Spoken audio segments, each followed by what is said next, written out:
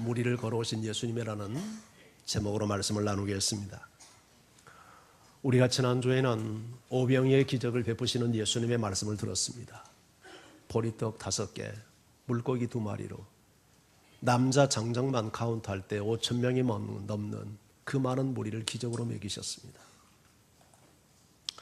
수많은 사람들은 오병이의 기적을 행하신 예수님을 붙들고 우리의 왕이 되어달라고 예수님을 임금을 세우려 합니다.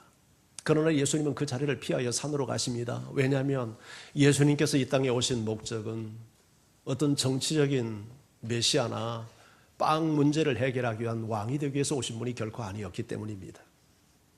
예수님은 우리에게 생명의 떡이 되기 위해서 오셨죠.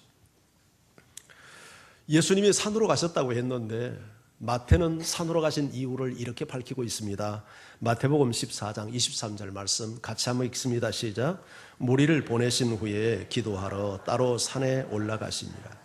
저물매 거기 혼자 계시니라. 산에 가신 예수님 왜 가셨다고 합니까? 기도하기 위해서 가셨다고 합니다. 예수님은 그 누구보다도 참 기도를 많이 하셨습니다. 평상시에도 기도를 많이 하시지만 특별히 위기 상황이 되면 예수님은 빠트림없이 항상 기도하셨습니다. 사람들이 자신을 향하여 집중하고 인기가 치솟는 이 상황을 예수님은 위기 상황으로 받아들인 것 같습니다. 그래서 산 위에 올라가셔서 예수님은 기도하십니다. 우리의 경험을 놓고 봐도 이 해석은 결코 틀리지 않습니다. 여러분, 우리가 인생을 살아가면서 겪는 수많은 인생의 풍랑과 고통도 위기지만 우리가 등 따시고 배부른 것은 영적으로 보면 더 큰 위기일 수 있습니다. 우리는 문제 앞에서 겸손히 하나님을 붙들고 기도하지만 문제가 사라지고 우리가 근심 걱정이 사라지고 그야말로 등 따시고 배부르면 하나님과의 관계가 서서히 멀어집니다. 위기입니다. 그래서 여러분 문제 없습니까? 더 많이 기도하셔야 됩니다. 등 따시고 배부릅니까? 더 많이 기도하는 여러분 되기를 주의 이름으로 축복합니다. 자, 오늘 말씀은 지금 풍랑 위에서 바다 위에서 풍랑을 만나 괴로이 노를 젓고 위기 속에 빠져 있는 제자들을 돕기 위해서 예수님의 물 위로 걸어오시는 장면입니다. 그리고 예수님의 배에 오르는 순간 그렇게 성난 파도가 잠잠히 사라지고 그들이 가려 하는 목적지에 무사히 도착했다는 내용이 오늘 우리가 읽은 말씀의 내용입니다. 자, 이런 배경을 가지고 16절, 17절 말씀을 우리 같이 한번 읽겠습니다. 시작. 저물매 제자들이 바다에 내려가서 배를 타고 바다를 건너 가버나움으로 가는데 이미 어두웠고 예수는 아직 그들에게 오시지 아니하셨더니. 자, 여기 두 상황을 한번 주목해 보시기 바랍니다. 자, 제자들의 배를 타고 갈릴리 바다 서편으로 가기 위해서 배를 탄 시간이 언제였다고 말합니까? 아직 어두울 때였죠. 이미 어두워진 때였죠. 이제 이미 땅금이 지고 캄캄한 그런 밤이었습니다. 그리고 또 하나 상황을 보십시오. 누가 오지 않았습니까? 예수님이 아직 배에 오시지 않았습니다. 이런 상황에서 배를 타고 출발을 합니다. 지금은 갈릴리 바다 야경이 참 멋있습니다. 갈릴리 바다를 중심으로 해서 그 주변에 조금 마을이 형성되어 있고 그래서 불빛이 있고 그래서 밤이 돼도 그렇게 어둡지 않습니다. 그런데 예수님 당시에 갈릴리 바다의 밤은 그렇지 않습니다. 칠흑 같은 밤입니다. 그리고 물결 소리만 출렁거리고 들리는 상황이 갈릴리 바다입니다. 지금 제자들이 이런 상황에서 배를 타고 이동을 하는데 문제가 발생했습니다. 자, 18절 말씀을 같이 읽어봅니다. 시작. 큰 바람이 파도가 일어나더라. 여기 큰 바람이 불었다. 그래서 파도가 일었다. 이 큰 바람을 영어 성경 리빙 바이블에서는 게일이라는 단어로 번역을 했습니다. 큰 바람을 게일, G-A-L-E. 게일이라고 하는 것은 초속 14m에서 29m에 해당하는 강풍입니다. 기상학에서 태풍을 초속 20m 이상을 태풍이라고 합니다. 그러니까 초속 14m에서 29m에 부르는 바람을 게일이라고 한다면 그때 불었던 바람이 게일이었다면 태풍입니다. 갈릴리 바다는 사방이 산으로 둘러싸여서 지형학적인 이유 때문에 갑작스러운 바람이 그렇게 몰아치고 태풍이 분답니다. 그 밤에 바로 그런 태풍이 불고 있었던 것입니다. 그런데 마태는 한 가지 요한이 기록하지 않는 사실을 덧붙이고 있는데, 이 밤에, 그렇게 위험스러운 밤에 왜 하필 이렇게 항해를 하게 되었을까? 왜 배를 출항했을까? 그것은 예수님께서 특별 지시에 의해서 그렇게 했다라고 기록을 합니다. 예수님께서 무리들을 흩는 사이에, 오병이의 기적 현장에서 막 임금을 삼으려고 하니까 흩는 사이에 제자들을 재촉해서 배를 타고 건너편으로 건너가게 하시고 예수님은 산으로 피했던 겁니다. 자, 예수님의 지시에 의해서 배를 탔다면, 자, 우리가 보편적으로 생각하는 기대감은 뭡니까? 아, 예수님이 배를 타고 가라고 했으니까 안전해야 된다고 생각하지 않습니까? 맞는 말입니다. 오히려 바람이 불다가도 예수님이 지시해서 너희들 배 타고 가라 해서 순종해서 배를 탔으면 오히려 바람이 잠잠해지고 문제가 이게 해결이 돼야 될 텐데, 잠잠했던 바다에 갑작스럽게 돌풍이 불고 그래서 파도가 일고 문제 상황이 심각하게 번진 겁니다. 예수님 말씀에 순종해서 가는데, 여러분 혹시 이런 경험을 겪고 계신 분이 계시지 않는지 모르겠습니다. 그동안에 예수 믿지 않다가 누군가의 전도를 받는다든지 아니면 마음의 공허함을 느껴서 나도 이제는 신앙생활을 좀 해야 되겠구나 하고 교회를 나왔어요. 쉬운 발걸음이 아니었어요. 어려운 발걸음을 했어요. 더군다나 우리 집안은 대대로 불교를 믿는다든지 어떤 다른 종교를 갖고 있는데 그걸 다 극복을 하고 신앙 회복을 위해서 이제 하나님 앞에 나왔는데 교회 나오면서부터 자꾸 일이 꼬이는 거예요. 문제가 발생하는 거예요. 그래가지고 이전에는 그렇게 탈없이 평탄하게 살았는데 교회 나와서 예수를 믿으려고 좀 하니까 일도 꼬이고 되는 일도 안 되고 실패가 생기고 사건 사고가 발생하고, 혹시 이런 경험을 하신 분이 계시지 않습니까? 똑같은 현상입니다. 예수님 말씀 듣고 갈릴리 바다에 배를 띄웠는데 가다가 풍랑을 만나가지고 큰 곤욕을 치르고 있는 것입니다. 이런 경우에 사람들은 겁을 내고 내가 종교를 바꿔서 옛날 믿던 신이 노예해서 이런가 보다 하고 옛날로 돌아가 버리는 경우들이 상당수 많습니다. 그런데 이런 일들이 지금 오늘 갈릴리 바다에서만 일어나는 현상이 아니라 성경에 나타나는 여러 이런 증세들이 성경에 여러 번 나타납니다. 한 예만 더 소개해 보면, 이스라엘 백성들이 애굽에서 400년이 넘도록 노예 생활을 하고 고통을 받을 때 하나님께 부르짖잖아요. 그래서 때가 되니까 하나님께서 모세를 보내서 그들을 인도해냅니다. 하나님께서 잘 마로가 내보내지 않으려고 하니까 10가지 재앙을 내려서 하나님이 이끌어냅니다. 그리고 지중해변을 따라서 가까이 가려고 하는데 하나님께서 돌이켜서 홍해바다 앞에 진을 치게 합니다. 그런데 위기가 발생합니다. 홍해바다에 진친 사실을 알고 이 애굽이 왕이 모든 군대를 동원해서 이스라엘 백성들을 추격해 오는 거예요. 이런 상황이 벌어졌어요. 그러니까 막 난리가 났죠. 그러니까 백성들이 막 아비규환입니다. 우리가 뭐라고 했느냐고, 내버려 두라고 했지 않느냐고, 왜 애굽에 매장지가 없어서 우리를 여기까지 끌어내서 우리를 죽이려 하느냐고 하나님을 원망하고 모세를 원망하면서 난리가 났습니다. 여러분, 그 상황을 우리 대충 이해되지 않습니까? 우리는 결론을 아니까 별로 긴장감 없이 이야기를 듣습니다만은, 그러나 이 일을 당했을 때 이스라엘 백성들의 상황은 얼마나 긴박하고 두렵고, 여러분 그런 상황이 있지 않았겠어요? 물론 그 이후에 하나님께서 홍해바다를 가르시고 그래서 피할 길을 내시고 추격하는 애국 군대를 다 수장시키는 놀라운 기적을 행하신 것은 사실이지만, 그래서 여러분 문제만 보고 너무 겁먹지 말기를 바랍니다. 문제도 있지만 하나님의 처방도 있습니다. 제자들이 갈릴리 바다에서 지금 이렇게 큰 바람이 일어났다. 요한은 그렇게만 기록을 했지만 마가는 좀 더 구체적으로 기록을 했습니다. 자, 마가복음 6장 48절 이 상황을 마가의 기록으로 한번 보실까요? 시작. 바람이 거스림으로 제자들이 힘겹게 노젓는 것을 보시고 밤 사경쯤 바다 위로 걸어서 그들에게 오사. 자, 바람이 거스림으로 제자들이 힘겹게 노를 젓습니다. 그리고 밤 사경이 되었습니다. 밤 사경은 새벽 3시에서 6시 사이를 말합니다. 새벽녘이 된 거죠. 그런데 그때 바다 위로 예수님이 걸어서 오십니다. 지금 예수님의 제자들은 풍랑에 갇혀서 그들이 고립되어 있고, 이러다가 우리가 죽겠구나, 우리가 혼자구나, 말할 수 없는 외로움과 고독과 두려움에 떨고 있었을 것입니다. 그래서 더 큰 두려움이 있었을 것입니다. 예수님이라도 곁에 계셨으면 안심이 됐을 텐데 예수님도 계시지 않는 상황에서 얼마나 겁이 났겠습니까? 그런데 놀라운 사실은 예수님이 그들이 괴로이 노젓는 광경을 보고 계셨다는 사실입니다. 예수님이 그 상황을 보고 계시다는 사실은 이 기사를 읽는 우리 모두에게 얼마나 큰 위로가 되는 내용입니까? 이스라엘 백성들이 애굽에서 고통받고 있을 때 그들이 부르짖는 소리를 하나님이 들으시고 그들의 눈물과 아픔을 하나님이 보고 계셨다고 출애굽기에 이야기합니다.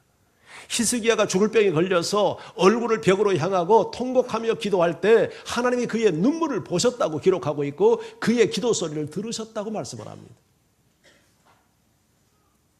심지어 스테반이 돌에 맞아 죽을 때 우리 예수님이 하나님의 보호자 우편에 우뚝 서서 돌 맞는 광경을 지켜보고 계셨다고 성경은 기록하고 있습니다. 무엇을 얘기합니까? 예수님이 몰라서 스테반이 순교당한 게 아니라는 얘기죠. 알고 계셨던 거죠. 보고 계셨던 거죠. 그럼에도 순교를 허용하신 것은 우리가 알지 못하는 하나님의 놀라운 비밀과 섭리가 그 순교 속에 포함되어 있기 때문에 허용한 사실이죠. 이런 사실들은 우리로 하여금 상당한 위로를 받게 합니다. 내가 고통받을 때 내가 혼자라고 생각하지만 내가 혼자가 아니구나. 우리 주님이 나의 고통을 아시고 내 눈물을 아시고 내가 당하는 풍랑의 이 아픔을 우리 주님이 알고 계시구나. 이런 믿음을 우리로 하여금 갖게 하지 않습니까? 예수님은 밤 사경, 그래 새벽 3시에서 6시 사이에 바다 위를 걸어서 제자들에게 오셨어요. 그들을 돕기 위해서. 근데 우리가 이런 생각이 좀 들지 않습니까? 아니 기왕에 도와주려면 좀 일찍 초저녁에 와서 도와주시지. 왜 밤새도록 고생하게 내버려 뒀다가 새벽녘에 와서 도우실까? 도울 것. 기왕에 좀 일찍 오시지. 여러분은 그런 마음 안 듭니까? 저는 그런 마음이 탁 듭니다. 왜 그렇게 했을까요? 그런데요, 잘 들으십시오. 예수님이 우리를 돕는 것도요, 때가 있습니다.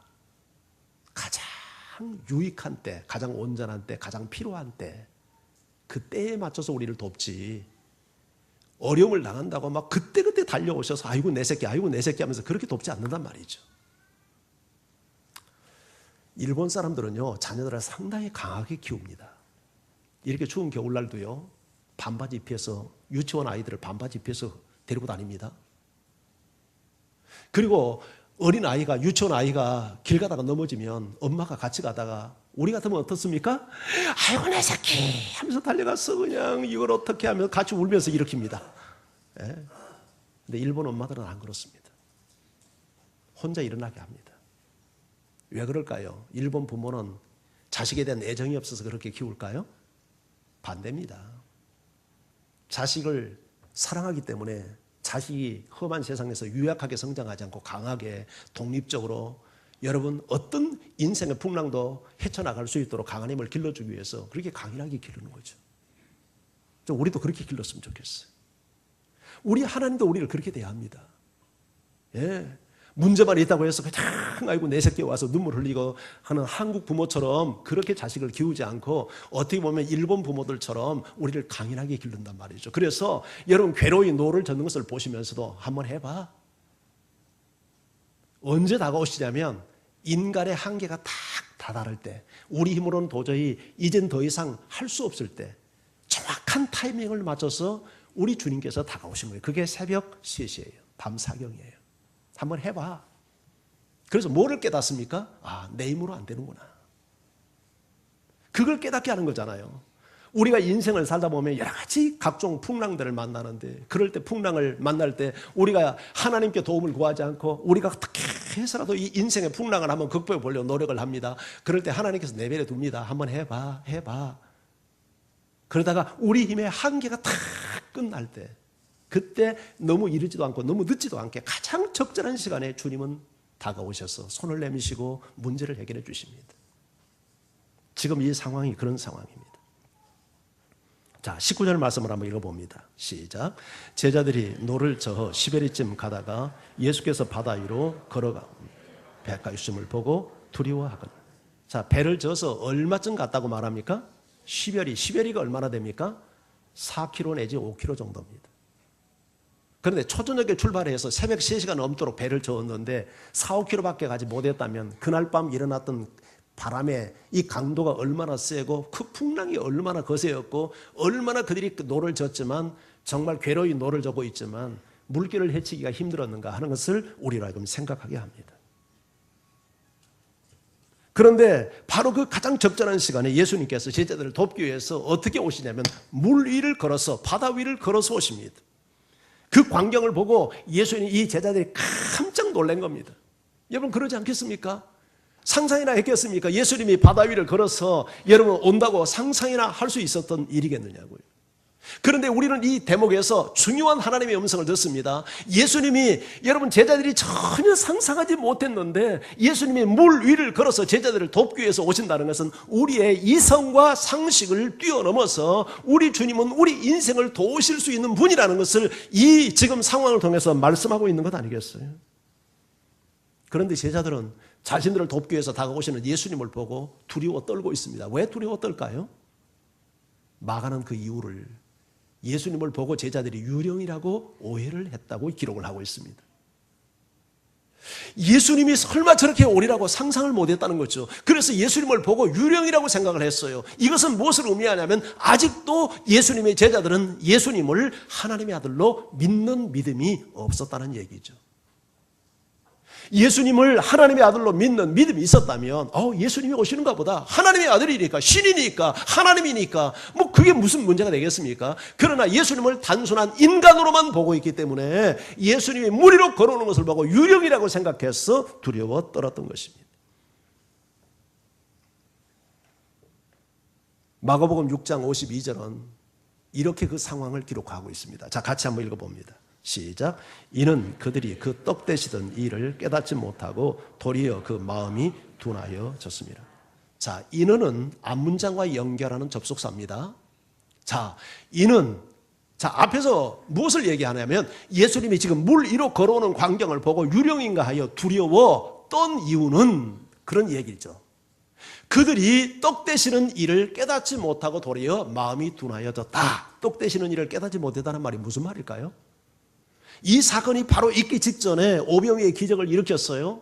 그런데 오병이의 기적을 일으키는 이유가 뭐냐면 단순히 배고픈 사람에게 떡 몇 조각에 허기를 채우기 위해서 급식을 한 사건이 아니라 이 사건을 통해서 예수는 하나님의 아들이시고 그래서 그분은 우리에게 생명을 주시는 분이라는 사실을 계시한 사건이 오병이의 사건인데 마음이 둔하여 마음이 굳어 있어서 깨닫지 못했다는 거예요.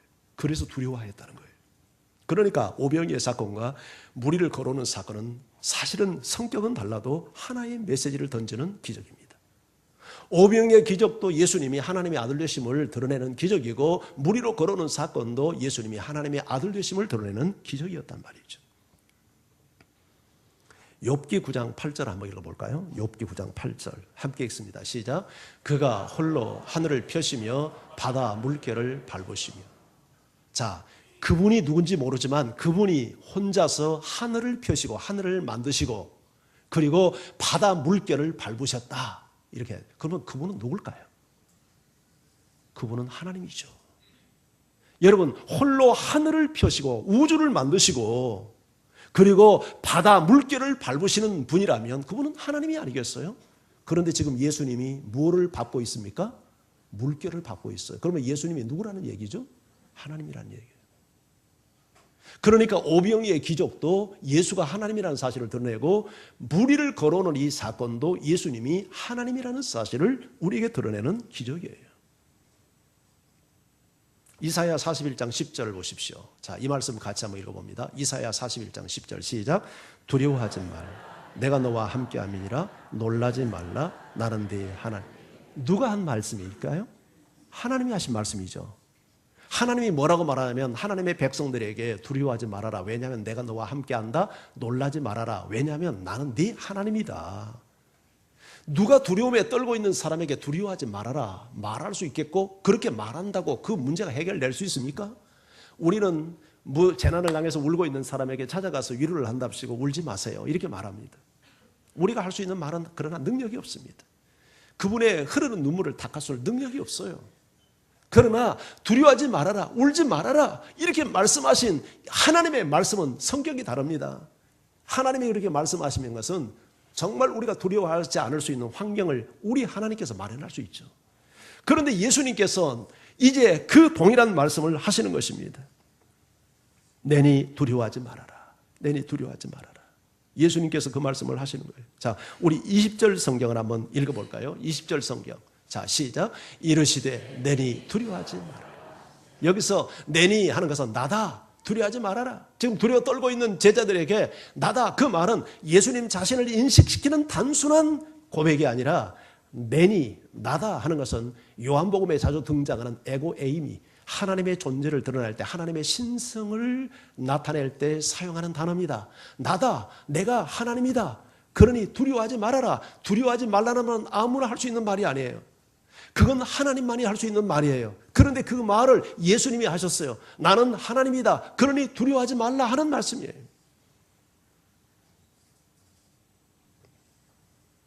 마태는 요한이 기록하지 않는 한 가지 사실을 오늘 이 기사를 소개하며 덧붙이고 있습니다. 자, 마태복음 14장 33절 34절 같이 읽습니다. 시작. 배에 있는 사람들이 예수께 절하며 이르되 진실로 하나님의 아들이로소이다 하더라. 그들이 건너가 게네사라 땅에 이르니. 배에 있는 사람들이, 제자들이 말하죠.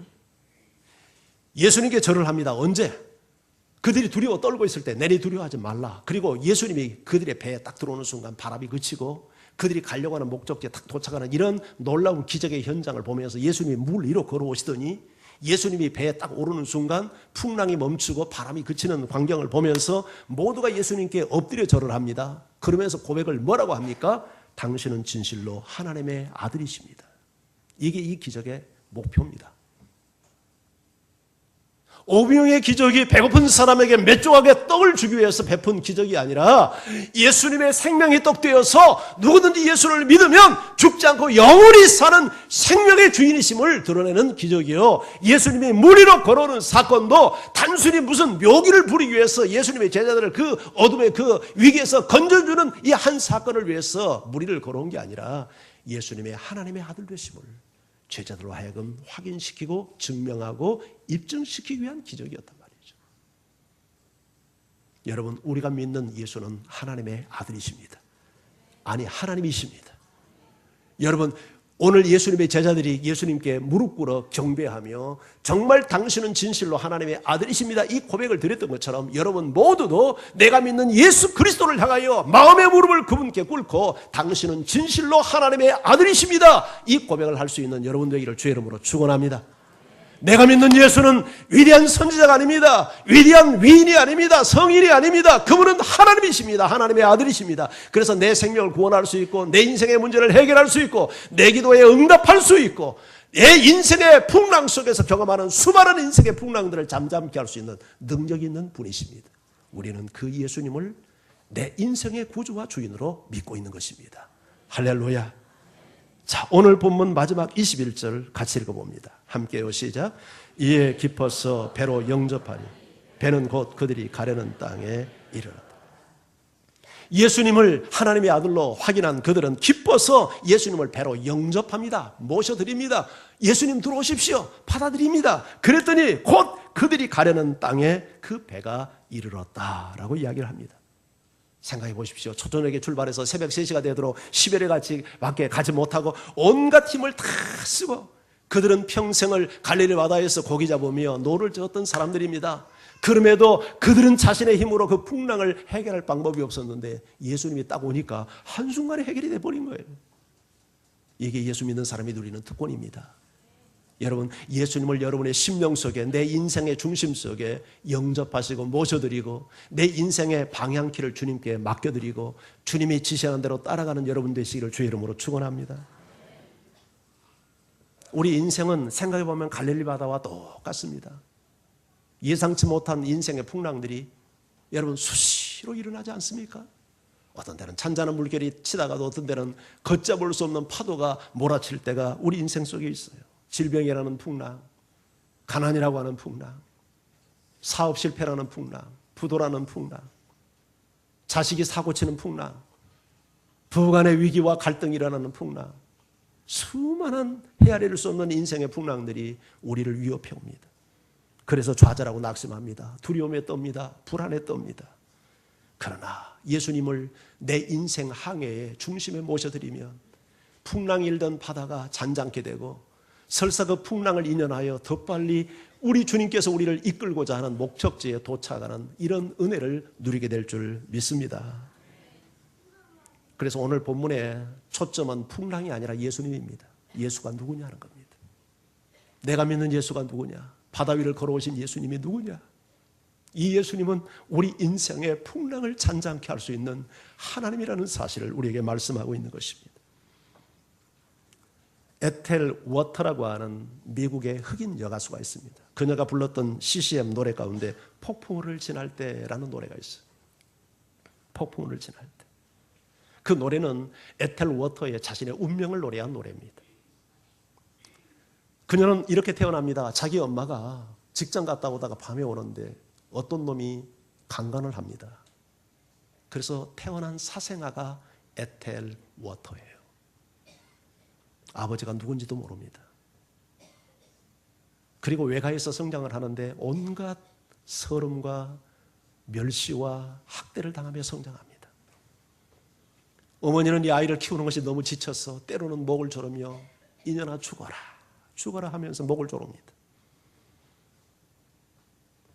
이런 에텔은 정상적인 학교 교육도 받지 못했고 지옥 같은 환경을 벗어나고 싶어서 13살이라고 하는 어린 나이에 집을 나가 결혼을 합니다. 그런데 남편의 폭력에 시달리면서 집을 나와서 청소부 생활, 나이트클럽에서 일을 하면서 하루하루의 삶을 이어갑니다. 그런데 이 에텔 워터에게는 남들이 갖지 못하는 특별한 재능 하나를 가지고 있었습니다. 그것은 너무나도 아름다운 목소리였습니다. 그래서 그는 아름다운 목소리로 가수가 됩니다. 가수가 되어서 제법 돈도 벌고 명성도 얻게 되었습니다. 그런데 이상합니다.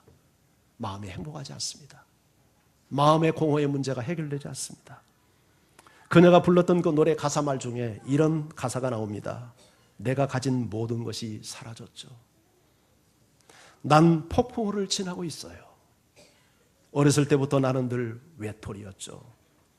항상 비가 오고 있죠. 항상 비가 오고 있죠. 이 가사말이 좀 뭔가 우수에 깃든 노래이지 않습니까? 맞습니다. 이 노래를 에텔 워터가 부르면서 웁니다. 그리고 그 노래를 듣는 사람도 함께 웁니다. 상당히 비관적인 노래입니다. 그런데 어느 날 바로 그녀에게 한 전도자가 찾아옵니다. 그리고 예수 그리스도를 소개합니다. 그는 예수님을 자기 인생의 중심에 영접했습니다. 예수님이 그녀에게 들어오셔서 그녀의 인생을 지배하면서부터 그녀의 삶이 변화되기 시작합니다. 폭풍 속에서 외로움과 두려움에 떨던 그녀의 마음속에 이전까지 경험하지 못했던 그 부로도 명성으로도 얻지 못했던 마음의 평안이 주어집니다. 자신의 인생을 비참한 운명으로 태어나게 했던 얼굴로 알지 못하는 아버지를 용서할 수 있는 힘이 생겼고 이년아 죽어라고 목을 졸랐던 엄마를 이해하게 되었고 자기를 무시하고 괄시했던 세상을 용서하게 되었습니다. 그녀는 더 이상 아비 없는 자식이 아니라 하나님의 영광스러운 딸로서의 신분을 회복하게 되었고 이제는 더 이상 과거의 슬픔을 노래하는 그런 가수가 아니라 하나님의 영광을 찬양하는 위대한 찬양 사역자가 됩니다. 그리고 빌리그람 전도집회 그 전도단에 들어가서 자신의 찬양과 간정을 통하여 수많은 사람들에게 복음을 전하는 사역자가 되었습니다. 사랑하는 성도 여러분, 인생에 비바람이 없고 풍랑이 없는 인생이 어디 있겠어요? 다 우리가 고달픈 인생의 풍랑을 겪습니다.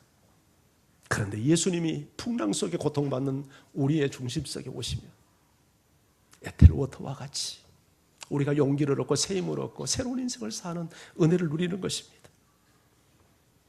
우리 주님은 풍랑을 잔잔케 하는 위대한 선장이시고 우리가 가고자 하는 하나님께서 원래 우리에게 주시고자 하는 목적지를 향하여 달려갈 수 있는 그런 위대한 선장이십니다. 사랑하는 성도 여러분, 당신은 지금 어떤 풍랑 앞에서 두려워 떨고 있습니까? 어떤 풍랑 앞에서 힘들어하고 있습니까? 주님의 음성을 들으십시오. 내니 두려워 말라. 내니 두려워 말라. 내니 두려워 말라. 내가 너를 도울 것이다. 말씀하시는 주의 음성을 들으시고 그 주님을 여러분의 인생의 중심에 모시기를 바랍니다. 그런데요, 이렇게 해피엔딩으로만 우리의 모든 상황이 끝나면 얼마나 좋겠습니까? 그런데 때로는 내가 예수님을 내 마음에 모시고 사는데도 걷잡을 수 없는 인생의 풍랑이 몰아칠 때가 있습니다. 도대체 예수 믿는 사람에게 하나님이 살아계시면 저런 일이 일어날 수 있을까? 이런 일들이 믿는 사람에게도 일어납니다. 몇 년 전 아프가니스탄에 선교를 갔다가 총살을 당했던 샘물교회 배영규 목사님을 기억하시죠? 어떻게 하나님이 살아계시는데 이런 일이 일어날 수 있습니까? 최근에 급진주의 이슬람 세력들 IS에 의해서 살해당하는 대부분의 사람들이 99%가 그리스도인들입니다. 예수 믿는다는 이유 때문에 무참히 학살하고 살해하고 성폭행하고 그리고 참수하는 겁니다. 도대체 하나님은 왜 이런 상황에서 침묵하고 계시는 겁니까? 어떻게 믿지 않는 사람과 불신자들과 여러분 믿음 없는 사람들에게 이런 현실을 이게 하나님의 섭리라고 설명할 수 있겠습니까? 얼마 전에 말레이지 비행기 에어 아시아가 여러분 인도네시아에서 출발해서 싱가포르로 가다가 공중에 사라져 버렸어요. 나중에 알고 보니까 추락을 했는데 162명 전원이 다 죽었고 44구의 시체를 건졌는데 그중에 우리 한국 사람 3사람이 탑승하고 있었어요. 근데 그 한국인이 누군지 아십니까? 선교사 부부였습니다. 박선범 선교사. 총각 때 4년 동안 캄보디아 가서 복음을 전하다가 한국의 교회에서 1년 6개월 동안 있으면서 결혼도 하고 아이도 하나 낳고 그래서 아이가 11개월 된 아이입니다. 그래서 여수 제일교회 우리 교단 교회입니다. 재파송 받아가지고 인도네시아 간 지 3개월밖에 안 됐어요. 그것도 비자 갱신을 위해서 인도네시아는 선교사 비자를 주지 않으니까 선교사 갱신 비자 갱신을 위해서 싱가포르에 잠깐 갔다 나오기 위해서 비행기를 탔다가 그런 실현을 당한 거예요. 어떻게 설명할 수 있겠습니까? 어떻게 이런 재난을 하나님이 살아계시는데 어떻게 이런 일이 선교사에게 일어날 수 있다고 설명할 수 있겠어요? 그뿐 아닙니다. 어느 목사님 사모님의 이야기인데요. 목사님이 정말 목회를 잘하시고 잘 나가는데 2년 동안 암으로 고통받다가 세상을 떠났습니다. 젊은 나이에. 그러니까 그 아들이 둘째 아들이 아버지의 죽음을 보고 하나님을 욕하고 교회를 떠났습니다. 무려 18년 동안 그리했습니다. 그래도 엄마는 그 아이 기도하는 자식 망하지 않는다는 믿음을 가지고 자식이 돌아오기를 위해서 18년 동안 인내하며 기도했습니다. 그런데 그 자식이 변사체로 발견이 됐습니다. 이런 시련과 고통을 어떻게 우리는 설명할 수 있겠습니까? 우리가 당하는 인생의 풍랑 너무 신비합니다. 다 우리는 이해 못합니다. 우리는 그거 인정해야 합니다. 그런데 바울이 고린도 교회 성도들에게 편지를 하면서 이렇게 편지를 냈습니다. 고린도후서 1장 8절 9절 같이 말씀 읽어보겠습니다. 함께요. 시작. 형제들아 우리가 아시아에서 당한 환난을 너희가 모르기를 원하지 아니하노니 힘에 겹도록 심한 고난을 당하여 살 소망까지 끊어지고 우리는 우리 자신이 사형 선고를 받은 줄 알았으니 이는 우리로 자기를 의지하지 말고 오직 죽은 자를 다시 살리시는 하나님만 의지하게 하심이라. 누가 한 말이죠? 바울과 그의 동역자들입니다. 우리가 바울과 그 동역자들이 아시아에서 소아시아 터키에서 환난을 당했대요. 전도하다가 당하는 환난이죠. 너희가 모르기를 원치 않는다. 그때 힘에 겹도록 우리 힘의 한계를 뛰어넘도록 심한 고난을 당하여 살 소망까지 끊어지고 우리가 사형 선고를 받은 줄 알았다. 이렇게 우리가 죽는구나. 누가 당했다는 거예요 이걸? 바울이 하나님의 종이 복음을 전하러 갔다가 그런 환난을 당했다는 거예요.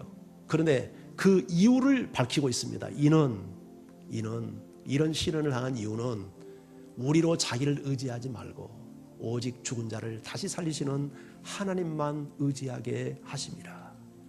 할렐루야. 고난의 이유와 비밀을 다 우리 이해하지 못해요. 바울도 그랬을 거예요. 내가 복음을 위해서 가는데 왜 이런 사형 선고를 당하는 이런 고통을 당하는가? 그런데 바울이 그런 고통 속에서 깨닫는 비밀이 하나 있었는데 네 자신 의지하지 마라. 죽은 자를 다시 살리신 하나님의 능력을 의지해라. 네가 선교한다고 네 힘과 네 능력 가지고 네가 선교한다고 까불지 마라. 너 겸손해라. 너 낮아져라. 여러분 이 음성 듣기를 바랍니다. 우리가 풍랑 속에서 배워야 될 레슨입니다. 여러분 어떤 풍랑은 내 힘과 노력으로도 극복이 되지만 어떤 것은 내 힘 한계 상황 밖에 있는 풍랑들이 있습니다. 우리가 이런 일을 당할 때 배워야 될 교훈이 뭡니까? 훈련이 뭡니까? 겸손입니다. 내 힘으로 되는 게 아니구나. 인생은 내 힘으로 사는 게 아니구나. 내 능력으로 사는 게 아니구나. 자식 농사 내 맘대로 되는 게 아니구나. 사업도 내 힘으로 되는 게 아니구나. 건강도 내 힘으로 지키는 게 아니구나. 하나님이 죽은 자를 다시 살리시는 하나님의 은혜로 사는 거구나. 이걸 바울이 그 환난 속에서 자신의 힘과 능력으로 도저히 벗어날 수 없는 환난의 고통 속에서 깨닫는 비밀이었다고 고백을 하고 있는 거예요. 하나님은 이런 이유 때문에도 우리에게 아픔을 허락할 때가 있어요. 그래서 풍랑 가운데 있습니까? 겸손을 배우십시오. 내 힘으로 사는 것이 아님을 인정하십시오. 전능하신 하나님을 바라보십시오. 오늘 이 기적이 우리에게 보여주는 메시지는 하나입니다. 예수 그리스도 그분은 하나님의 아들이시고 그분만이 우리의 가는 인생길을 제대로 인도할 수 있는 우리의 선장이 되신 분임을 우리에게 말씀하고 있는 겁니다. 내 힘으로 안 됩니다. 그런 한계들이 너무 많습니다. 오늘 주님이 함께 하셔서 정말 풍랑 속에서 겸손을 배우고 풍랑 속에서 하나님을 의지하고 예수님을 의지하는 이 놀라운 지혜와 비밀을 배우는 여러분 되시기를 주의 이름으로 축원합니다. 우리 같이 찬양하면서 주 앞에 나가십시다.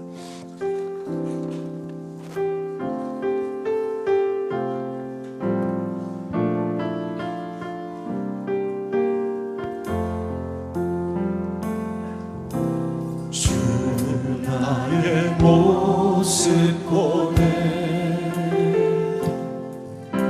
상한 나의 방보시 주님은 여러분을 보고 계십니다.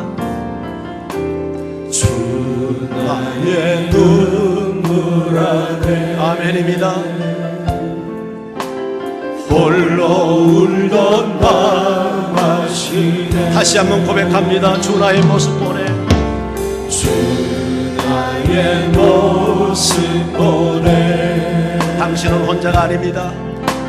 상한 나의 맘 보시네 우리의 아픔을 주님을 알고 계십니다. 주 나의 눈물 안에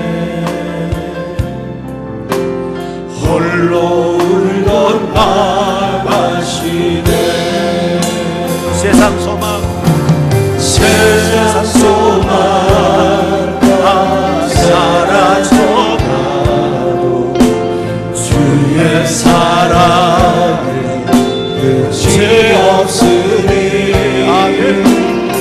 살아가는 이 모든 순간이 주의 입을 나는 믿네 주 사랑 내게 있네. 사랑 내게 있네 아멘. 그 사랑이 날 채우네 아멘. 주는 내게 있네